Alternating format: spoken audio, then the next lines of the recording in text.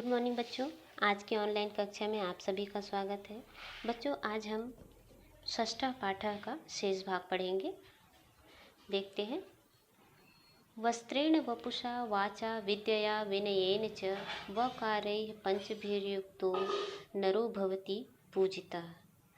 यहाँ पर वस्त्रेण का अर्थ है वस्त्र से, वपुषा का अर्थ होता है शरीर से, वाचा का अर्थ होता है वाणी से, और विद्यया इसका अर्थ होता है विद्या से, विनयेन इसका अर्थ होता है विनम्रता से। वकारई मतलब व से शुरू होने वाले शब्द है ना, व अक्षरों से शुरू होने वाले शब्द।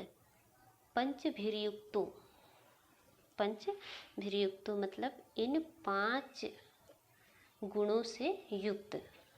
नरो मतलब मनुष्य, भवती पूजिता मतलब भवती होता है, पूजिता मतलब पूजने योग्य। तो इसका अर्थ देख लीजिए। वस्त्रेण वपुषा वाचा विद्यया विनयेन च, वस्त्र से, शरीर से, वाणी से, विद्या से और विनम्रता से, है ना। इन 5 वकारों से मतलब इन 5 व से शुरू होने वाले शब्दों से युक्त जो मनुष्य है ना, इन 5 गुणों से युक्त जो मनुष्य है वह पूजे जाते हैं, है ना।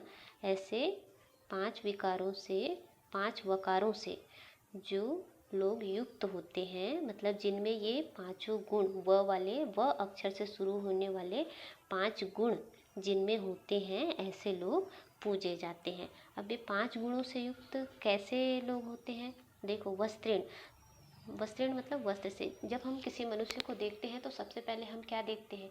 उसका वस्त्र देखते हैं, उसका पहनावा देखते हैं कि वह उसने कैसे वस्त्र पहने हैं। दूसरा है वपुषा मतलब शरीर से, फिर हम उसके शरीर का बनावट देखते हैं कि वह कैसा है ना।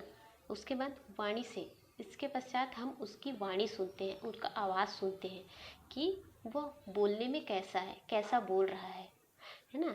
तीसरा उसके बाद है चौथा विद्या से, मतलब उसकी बुद्धिमत्ता कैसी है, उसका ज्ञान कैसा है। उसके बाद विनयेन मतलब उसके बाद 5वां गुण हम क्या देखते हैं उसमें कि वह विनम्र है, शील है कि नहीं, कि वह व्यवहार में कैसा है। तो इन 5 अक्षरों जो किससे शुरू हो रहे हैं, ये 5 अक्षर व से, है ना। तो यह इन्हें वकार कहा जाता है। जो व से शुरू होते हैं ना, उन्हें वकार कहा जाता है। तो इन 5 वकारों से युक्त जो मनुष्य होता है वह पूजने योग्य होता है। ठीक है।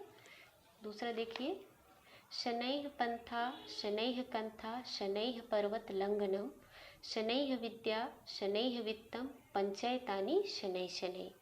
यहाँ पर शनैः का अर्थ होता है धीरे धीरे, पंथा मतलब मार्ग, और कंथा का अर्थ होता है बुनाई करना, वस्त्र बुनाई करना, है ना। पर्वत लंघनम मतलब पर्वत पर चढ़ाई करना। पंचैतानि मतलब ये 5 कार्य, पंचैतानि मतलब ये 5 कार्य। तो इसका अर्थ देखते हैं क्या होगा। शनैः पंथा मतलब धीरे धीरे मार्ग पर चलना, हमें धीरे धीरे मार्ग पर चलना चाहिए, है ना। धीरे धीरे मार्ग पर चलना। शनैः कंथा और सिलाई, कंथा का अर्थ होता है सिलाई या बुनाई का कार्य, यह कार्य भी हमें धीरे धीरे करना चाहिए।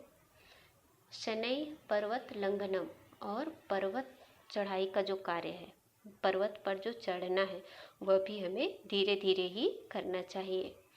शनैः विद्या शनैः वित्तम, धीरे धीरे विद्या प्राप्त करना, और धीरे धीरे वित्तम मतलब धन, है ना। तो धन प्राप्त करना, ये 5 कार्य जो है वह हमें धीरे धीरे ही करना चाहिए। इसमें जल्दबाजी उचित नहीं है। कौन कौन से 5 कार्य हैं जो हमें धीरे धीरे करना चाहिए? पहला, धीरे धीरे रास्ते पर चलना। दूसरा, धीरे धीरे बुनाई करना। तीसरा, धीरे धीरे पर्वत पर चढ़ना। चौथा, धीरे धीरे विद्या प्राप्त करना। और 5वां है धीरे धीरे पैसे कमाना। ये 5 कार्य जो है हमें धीरे धीरे ही करना चाहिए, क्योंकि इनमें जल्दबाजी ठीक नहीं है। यदि हम मार्ग पर जल्दी जल्दी चलेंगे तो गिरने का डर है, है ना। अगर हम सिलाई बुनाई का कार्य जो है वो जल्दी जल्दी करेंगे, धीरे धीरे नहीं करेंगे, है ना, तो वह कार्य बिगड़ सकता है। उसके बाद पर्वत पर चढ़ने का जो कार्य है ना, पर्वत चढ़ने का जो कार्य है वह भी हम जल्दी जल्दी नहीं कर सकते। यह कार्य भी धीरे धीरे ही ठीक है, क्योंकि हमें ऊंचाई से गिरने का डर रहेगा। धीरे धीरे विद्या प्राप्त करना, तो विद्या प्राप्त करने का कार्य भी धीरे धीरे ही होना चाहिए। जल्दबाजी में हमें सही शिक्षा प्राप्त नहीं हो पाएगी। उसके बाद है धीरे धीरे पैसे अर्जित करना, धन अर्जित करना। तो पैसे अर्जित करना भी, यह कार्य जो है वह धीरे धीरे ही होने वाला है। तो ये पांचों कार्य जो है वह हमें धीरे धीरे ही करना चाहिए, इनमें जल्दबाजी ठीक नहीं है। ठीक है, इसके आगे का देखिए।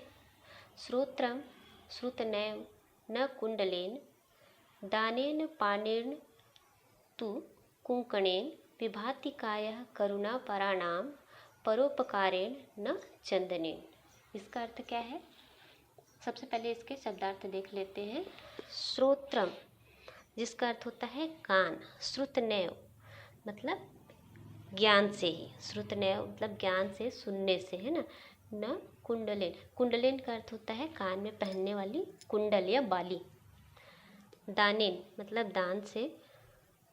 पानेण मतलब हाथ नहीं, जिसमें हाथ नहीं हो, है ना। कुंकणेन मतलब कंगन, हाथ में पहनने वाला जो कंगन होता है।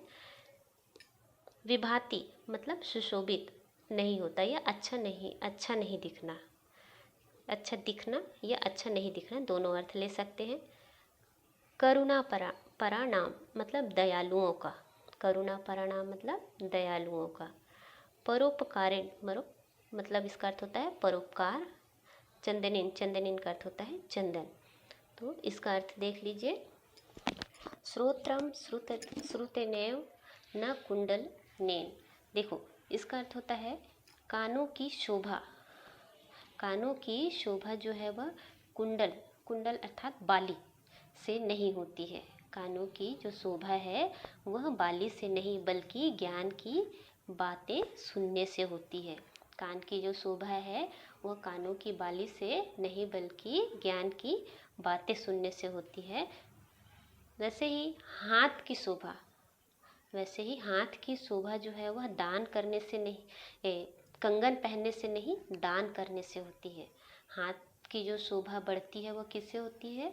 दान देने से, न कि सोने के या चांदी के कंगन पहनने से। विभाति कायः करुणा पराणाम। और सज्जन व्यक्ति जो होते हैं उनका जो कार्य होता है क्या? दूसरों का उपकार करना, दूसरों के ऊपर उपकार करना, करुणा के भाव रखना, है ना। तो जो व्यक्ति दूसरों के ऊपर करुणा दिखाता है, परोपकार करता है, तो उनका शोभा क्या होता है? चंदन नहीं होता है ना।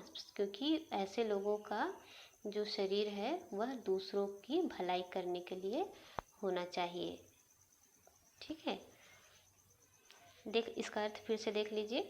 कानों की शोभा कुंडलों मतलब बाली से नहीं, बल्कि ज्ञान की बातें सुनने से होती है। और हाथ की शोभा दान करने से सुशोभित होती है, न कि सोने या चांदी के कंगन पहनने से।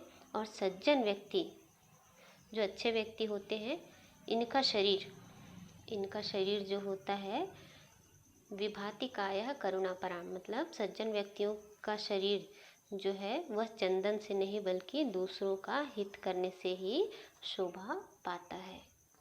ठीक है, इसके बाद आगे का देखिए। निंदन्तु नीति निपुणा यदि वा स्वतुवन्तु लक्ष्मी समाविशतु गच्छतु वा यथेष्टम अवैद्य वा मरणमस्तु युगान्तरे वा न्यायात् पथः प्रविचलन्ति पदम न धीराः। इसके शब्दार्थ देख लीजिए। निंदन्तु मतलब निंदा करे, नीति निपुणा मतलब अच्छे वचन जो नीति में निपुण हो, है ना। यदि वा मतलब अथवा।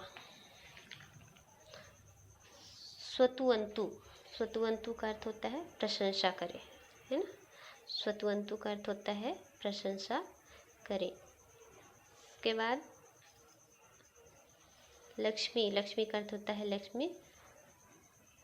समाविशतु, समाविशतु इसका अर्थ होता है प्रवेश करे या रहे। यथेष्टम मतलब इच्छानुसार, यथेष्टम इच्छानुसार। अवैद्य मतलब आज ही। मरणमस्तु मतलब मरने योग्य, युगांतरे युगों युगों तक। प्रविचलंती, प्रविचलंती का अर्थ होता है मतलब विचलित होना। प्रविचलंती विचलित होना। न्यायात पथ, न्यायात पथ का अर्थ होता है न्याय के मार्ग पर। और पदम मतलब एक एक कदम या एक एक पग। और धीरा का अर्थ होता है धीर पुरुष। तो इसका अर्थ देख लेते हैं।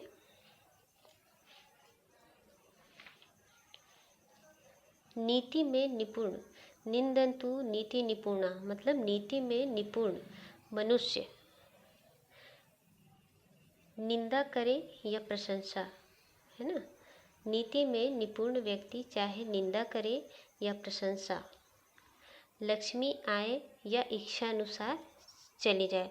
लक्ष्मी समावितु गच्छतु व यथेष्टम मतलब लक्ष्मी आए या इच्छानुसार चली जाए, है ना। अवैद्य व मरणमस्तु युगांतरे वा आज ही मृत्यु हो जाए या युगों के बाद, युगों युगों के बाद हो, है ना। परंतु धैर्यवान, परंतु क्या है, न्यायात पथ प्रविचलंती पदम न धीरा मतलब जो धैर्यवान मनुष्य होते हैं, जो धैर्यवान मनुष्य होते हैं कभी भी न्याय के मार्ग से अपने कदम पीछे नहीं हटाते, है ना। वे हमेशा न्याय के मार्ग पर ही आगे बढ़ते हैं, न्याय के मार्ग पर ही चलते हैं। वे कभी भी अपने मार्ग से विचलित नहीं होते।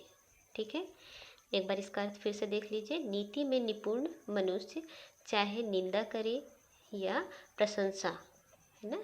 जो व्यक्ति नीति में निपुण होता है वह मनुष्य चाहे निंदा करे, बुराई करे या प्रशंसा करे, लक्ष्मी आए या अपनी इच्छा अनुसार चली जाए, आज ही मृत्यु हो जाए या युगों के बाद हो, है ना। मृत्यु आज ही हो जाए चाहे युगों के बाद हो, परंतु जो मनुष्य धैर्यवान होता है वह कभी भी अपने मार्ग से विचलित नहीं होता, वह कभी भी अपने न्याय के मार्ग से पीछे नहीं हटता।